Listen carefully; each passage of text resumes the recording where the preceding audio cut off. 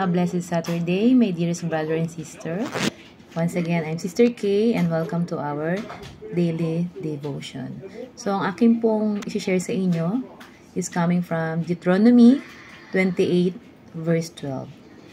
Sabi po dito, "The Lord will open the heavens, the storehouse of His bounty, to send rain on your land in season and to bless all the work of your hands." Sa Tagalog po, basahin ko lamang, ibubukas ng Panginoon ang kanyang masaganang imbakan sa langit upang paulanin ang inyong lupain sa tamang panahon at pagpalain ang lahat ng inyong gawain. Kayo'y magpapahiram sa maraming bansa, ngunit hindi manghihiram sa kanino man. So, itong devotion ko po na ito, pinamagatan kong Rain That Brings Growth. Diba? So, magandang po siyang title, no? So, ano po yung thought ng devotion ko ngayon? So, di ba tag-ulan ngayon? So, sometimes it brings discomfort or delay, yung rainy seasons natin, di ba? But they are also God's way of watering the seeds we planted. So, in the same way, we have challenges in life, especially financial or relational, di ba? Ramdam natin yan ngayon dahil matataas yung bilihin. But, rain can actually become a preparation for us for a season of growth and blessing. So, si Lord, pinramis niya to bless the work of our hands. And this includes new ventures, supporting one another, and staying united as a family. So, instead na makita natin yung utag-ulan as problema, let's see it as a preparation for provision, purpose, and prosperity.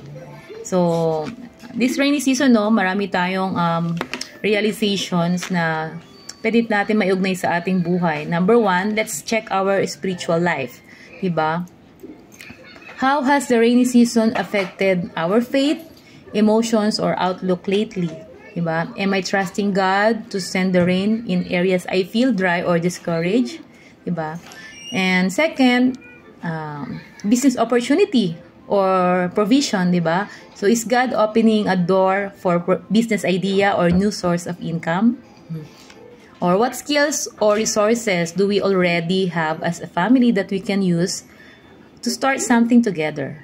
Diba? And third, realization ko, yung family support and role. So, how can each member of the family contribute?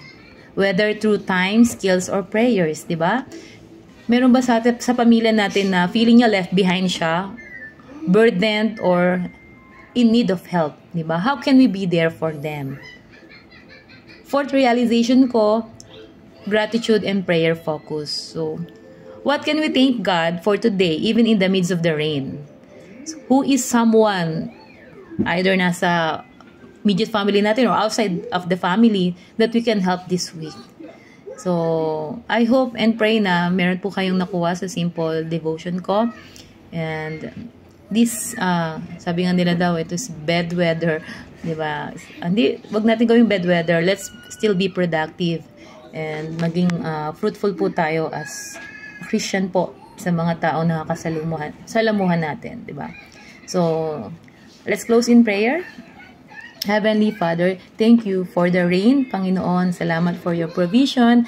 And Lord, for the spiritual strength, Lord, na binibigay niyo po sa amin. Both physical and spiritual strength, Panginoon. Lord, we believe that in this season, Panginoon, hindi po aksidente, Lord God. And alam ko, Lord, na may purpose po kayo that in this time na marami po kaming mga time para sa inyo, we can seek you more. Lord, marami kaming oras, Lord, to pray, to devote our time, Lord, and to read your word, Panginoon. Lord, tulungan niyo po kami to see every delay or discomfort as preparation for a bigger blessing, Lord. We thank you, Jesus, and please guide our hearts as we explore new opportunities, Lord Jesus. And unite as a family, give us wisdom, and bless the work of our hands, Lord God.